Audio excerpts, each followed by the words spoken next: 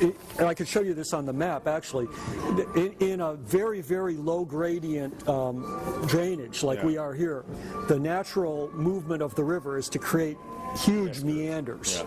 And what the Army Corps did was it cut off those meanders. The Mississippi River today is hundreds of miles shorter than it was. And so when you shorten the river, speed up the flow. Yeah, it still starts at the same elevation and ends at the same elevation, but it now goes over a shorter trajectory, so it goes faster. And as it goes faster, it carries more sediment, so it cuts deeper. And I don't know where it is right now, but there's an underwater waterfall in the Mississippi River that has been cutting back from the mouth ever since the shortening was done. And I heard it was someplace around Vicksburg right now.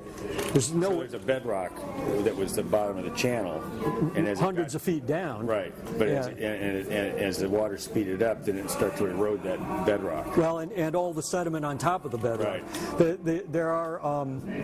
There's a great book called Rising Tide about the Great Flood of 1927. Oh, that's a fabulous book.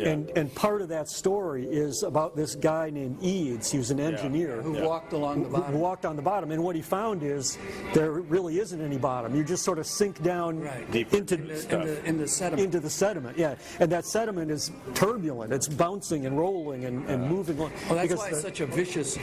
People go out in a rowboat in the Memphis area, and you can just hit a whirlpool and never come back. Never come back. I mean, it's like there's an incredible river. There's a guy right here in Clarksdale who takes canoe trips out on the river.